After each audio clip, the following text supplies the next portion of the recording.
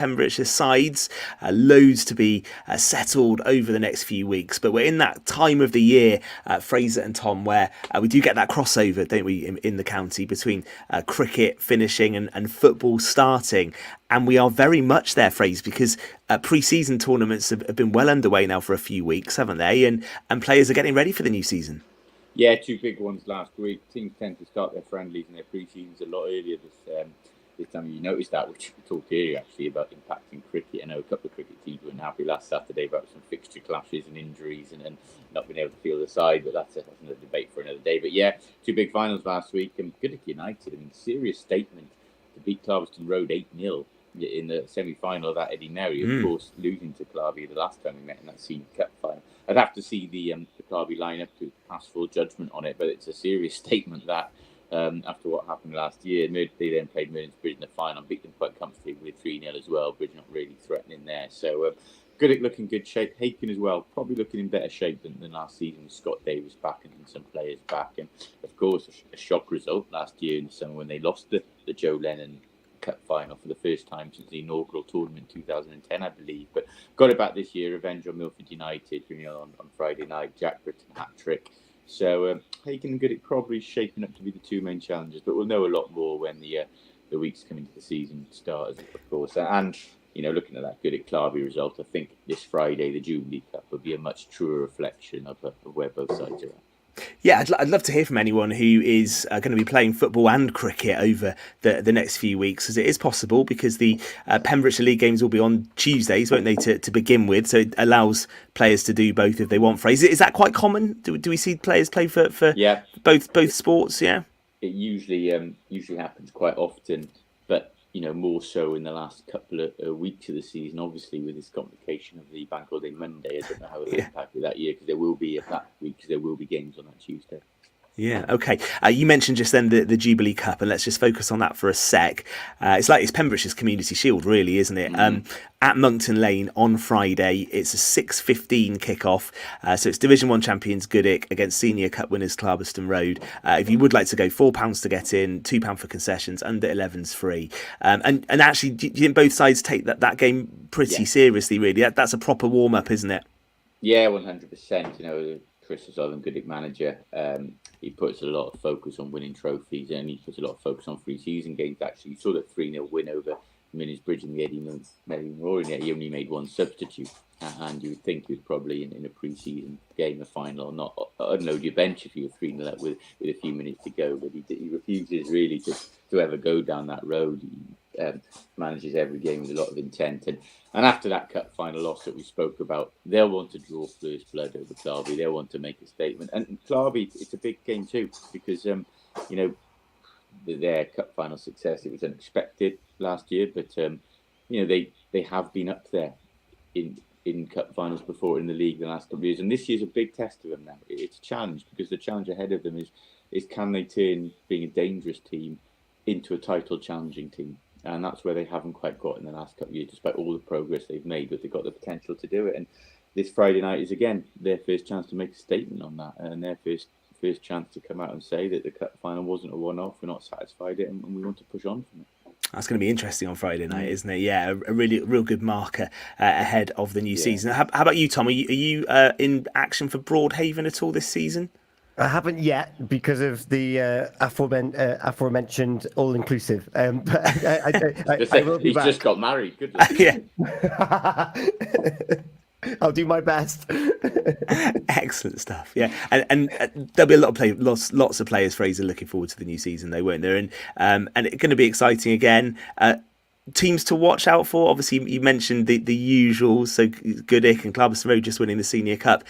Have you got a dark horse for us? Maybe one just to keep an eye on as the new season starts. I think the obvious dark horse would be Clarbeston Road to come out of the pack.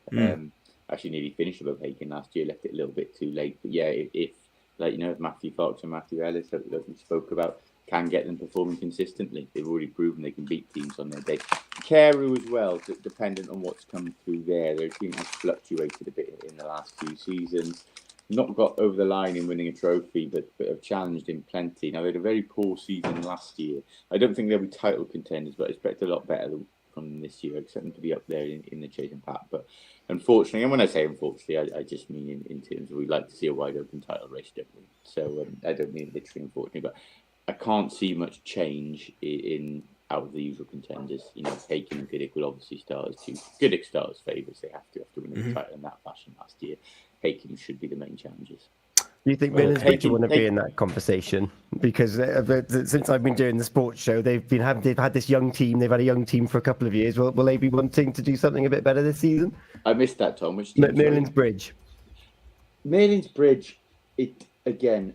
You know, they would have been disappointed not to really challenge Goodwick for that Eddie Merry final. They play Haken on the opening night, Tom, so we'll probably get a better indication of what you're saying there. You know, Bridge have blood young players in the last couple of years. It will be dependent on whether people like Joe Leahy are fully fit and available as well, and what the situation with him and players like that. So I think they've got too big a gap from last year to bridge in terms of being title challengers, to be honest, Tom, but I wouldn't be surprised if there's progress there. Okay, Jason says it's going to be a close season. Dark horses, if Tenby can be consistent, I think they'll turn some teams over. Fair shout, Phrase? Yeah, interesting view that, actually. Yeah, Tenby do have potential come through. They could come at fifth. Really flew through the league since they disbanded and started again in 5, but they have consolidated now in 1. So, again, title challengers, no, I don't think so. But a team that can certainly be in the chasing pack and upset the big boys on one-off days, yeah, absolutely. Okay, and of course, and we've covered it a bit the last few weeks, a small factor, and it might be a bit of a lottery, is the new sin bin rules. So the new sin bin rule, it will impact teams, and of course where boys have gone and travelled to and from as well.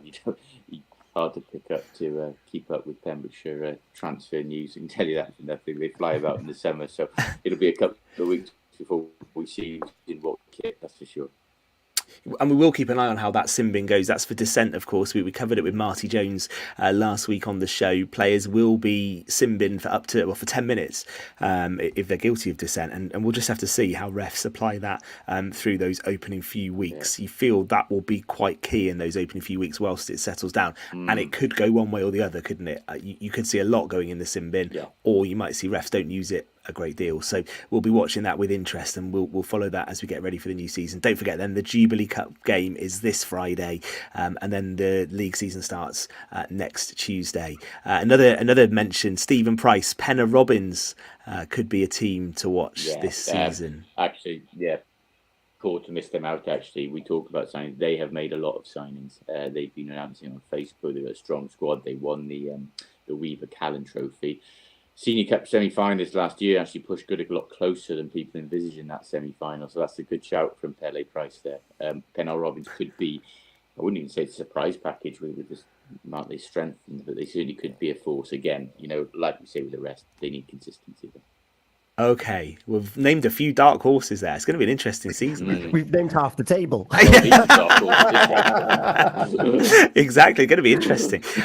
It was the first game of the season for Haverfordwest County yesterday. Tony Pennock, delighted actually. They had a really good win, 1-0 away to Connors Quay. Penalty in the 54th minute gave them the victory. Tony Pennock, who we heard from after the Gloucester City friendly, and they lost that day, but he was in really quite buoyant mood actually, and he said the work we did in pre-season showed that the boys are in a good place. Had a great win at Carmarthen in the Cup last Saturday. I have to say, Fraser, that first game of the season, I always think if you want to win it, don't you? You want to get 3 points on the board early. It gets that monkey off your back. You've got the win. So to go to Connors Quay and win yesterday, I don't think that should be underestimated, especially with quite a few new faces in that Haverfordwest side. Yeah, 100%. They didn't start particularly well last year, did they, in the league after the European adventure? So they won't want to leave themselves playing catch-up for that top 6 finish that we always talk about again. They want to be in a scenario where they've got more control of that situation with the closing weeks of the season, if that is indeed their target. Again, fully expected to be, So to go, to go on the road a long trip like Connors Quay is pointless saying, because in that league you've got to be used to going to North Wales. It's a simple fact. They have to go there frequently, but to go, win, clean sheet, all the basic ingredients, first game of the season, you take that 3 points, irrespective of performance, to be honest, Ben. Yeah, I think that's a really, really good start. And it's interesting you mentioned Europe, and I know there have been one or two comments coming around because TNS didn't play yesterday, did they? I think they were given No. some form of dispensation not to play on the opening day because of their European commitments. So I think one or two at Haverfordwest will be looking at that with interest, actually. And not just Haverfordwest, other sides in the league. Yeah, Rob Edwards did make a comment online, actually. I did notice that. To be honest, you don't have a problem with the league supporting Welsh sides in Europe. I think where there No. is perhaps a little bit of resentment about it is I think I'm not sure that precedent has applied to previous teams in Europe. So you could kind of see where it comes from. But if they were to do it from now on and they were to keep doing it, I personally don't have an issue. I don't have an issue with the league supporting Welsh teams in Europe and trying to help them. But be consistent, I think. Yes, you have to be. You can't just make it up as you go, can you? No, You have to be consistent. Totally agree. If that's the precedent they've set and they stick to it, then I don't have an issue with it now. Yeah, Jason says that's a tough start for Haverfordwest. To pick up 3 points is a great result. Should have been more as well, looking at the highlights. And they do some really good coverage, the Bluebirds, led by Ryan Evans, of course. So you can follow how Haverfordwest get on if you can't go to the games. And you mentioned the trips to North Wales, another long one coming up on Saturday. In fact, the only game being played in the Cymru Premier is Haverfordwest on Saturday, away to Carnarvon, and it's a 5:15 kickoff. So those games, they come thick and fast. And the long journeys come thick and fast as well, don't they? So, they've got that one to come. And then, of course, the first home game of the season will be Friday, 23rd of August in Carmarthen. And that's when Penybon at the side they're playing. So it's not an easy start. And then come through the game on Saturday with another decent showing. That will actually set things up nicely for that match against Penybon. But a really good start at the weekend. That's excellent. Phrase, the championship season started. I'm sorry to have to go there so early in the season, because I did wonder, and we talk about good starts. It was a tough game for Swansea, wasn't it? Going to Michael Carrick's Middlesbrough. Yeah. Could have been going to Wayne Rooney's Plymouth. That would have been easier. But a disappointing start nonetheless for the Swans, losing 1-0. Disappointing, not so much in the nature of the result. You expected a tough game, but the performance was pretty tough. That has to be said. It's a concerning situation at Swansea now that the investment hasn't come in over the summer. The signings have been pretty uninspiring. That has to be said. They've lost key players and not really replaced them. Just looking, we always look at the Pembrokeshire involvement, don't we? It could benefit Liam Cullen. He did play 90 minutes, which was rare for him actually, even when starting. He did play 90 minutes on Saturday. I do expect him to be a regular now up front this year, a regular starter, despite the signing of Vic Popnik, I think, from Slovenia. But no, I've got deep concerns about Swansea staying in that division this year. I'm actually going down tomorrow night. They're at home to Gillingham in the League Cup. And we look at our other Pembrokeshire boys, and Evan Watts has been in and around the first team frame in the summer because they have had an issue replacing goalkeeper. Interesting to see if he is involved in any form tomorrow. Actually, it'd be great if he was to be handed some kind of debut. And obviously, Joe Allen, and this is a conundrum that we keep talking about with Joe Allen, injured for the start of this season. You know, they chose to take him on for that extra year's contract. As much as I love Joe and what he's done for Swansea, I thought it was a very questionable decision when you look at his fitness record in the last 2 years. And this far, it's been the same old story. He's out, and we're not sure how long for. So it's a pretty uninspiring and concerning start, I'll be honest with you, Ben. And that game tomorrow, actually, because when you lose your first game of the season, having a League Cup game on a Tuesday, which always happens at this stage in the season, you don't want to lose that, do you? So Luke Williams will be thinking, how many changes do I make? Do I rotate too much, or do we try and get the win? Because if we don't get the win, all of a sudden the pressure is building. And actually, it builds on the manager a bit, because I think he came in to replace Michael Duff, didn't he? Who for whatever reason didn't work out, even though I sung his praises when he got the Swansea job. And that didn't go great, did it? But Luke Williams came in with some quite good grace, I think, because having been at the club previously. It probably won't last forever though, Fraser, will it? It will you'll have fans begin to turn. I think most understand understand the situation. So I think beginning to turn is maybe the right term. But I think the concern I just talking about will deepen if they lose to Gillingham. He has come out today and he said there will be changes, but he will be fielding sides to win the games he wants to win it. And it's just the League Cup isn't Swansea's priority by any means, but it'd just be the message it sends out and the lack of momentum, I think. Yeah.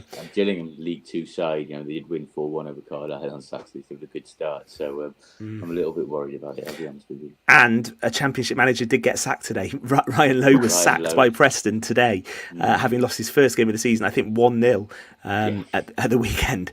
It's a crazy league, the Championship, isn't it? And patience isn't something that teams tend to have, and rightly or wrongly. But yeah, it's a tough league, so Swansea do need to bounce back. Cardiff had a bad start too. They lost at home to Sunderland. So actually, it was Wrexham, wasn't it, in League One, flying the flag for the Welsh clubs with a 3-2 win against Wycombe. And you just get the feeling that could be the story of the season. I don't know. It feels like that could be the one in League One. You could see Wrexham going through that league, I think, Fraser, and getting promoted at the first attempt. I mean, with the investment they've had, there's perhaps no excuse not to, not to be up there. Certainly, they've gone up now 2-3 years in a row. It's not a sin. Sorry, 2 years in a row. They are going for a third promotion. To go up a third year in a row would be a great achievement. It's not a Cinderella story that everyone tends to paint it with Wrexham. They've gone up because of Hollywood illness bankrolling them. Let's be honest with you, but they have done it in the correct way and engaged the community while they're doing it. But it wouldn't surprise me to see them up there again. That's for sure. And okay. Yes, I'm bitter about it. I would never have guessed. That documentary. You might end up on the documentary yet next season. That's what documentary I haven't watched, I tell you. Well, if they're watching, there's the clip. Fraser's just done it for you. Excellent stuff. And of course, the Premier League starts at the weekend, doesn't it? So Friday, Saturday, Sunday, Monday, the games are stretched right out across the weekend.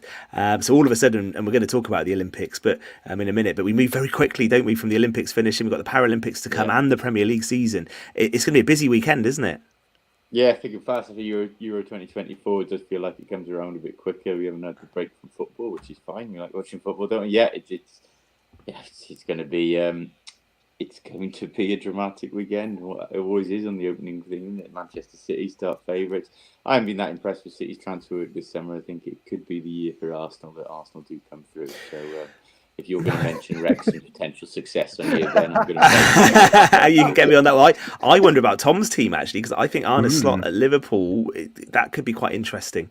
I think he'll play front foot football, and I think they might be one to just have a look at. Sometimes it goes either way, doesn't it? But just wonder whether he might just be a new voice and refresh things, Tom. Fingers crossed. It's looking good though, of what I've seen so far, and that intent in going forward. And then goal scorer gets sold a day after, so we'll see what the plan is. Talking goal scorers, Dominic Solanke to Tottenham, I think was a great piece of business, actually. 55 million, a lot of money, but I think he'll do well. Okay, plenty of football to cover. We'll be doing that in the weeks ahead, no doubt. Final part of the show to come. We would love to hear some of your Olympic moments. I think KT is going to join us as well, because the golf was interesting. And I think golf is on the programme for LA. So we'll talk to KT about that, and also some of your favourite Olympic memories, and we can share some of those as well in the final part of the show. And we will just round up the Pembrokeshire interest as well. We were all shouting, I think, at the TV, cheering on Mickey Beckett, weren't we? Was it last Wednesday, wasn't it? And really wanted him to do it. All of a sudden, I became a sailing expert. How hard is that sport to watch live, though? Goodness me, because you have false starts, it stops, and then you think, oh, he's in it, and then he's not in it. So we'll talk about that in just a sec, and some of your favourite moments from the last couple of weeks in Paris as well. That's to come in the final part of Pure West Sport next. Pure West Sport Show, sponsored by Eaton-Evans.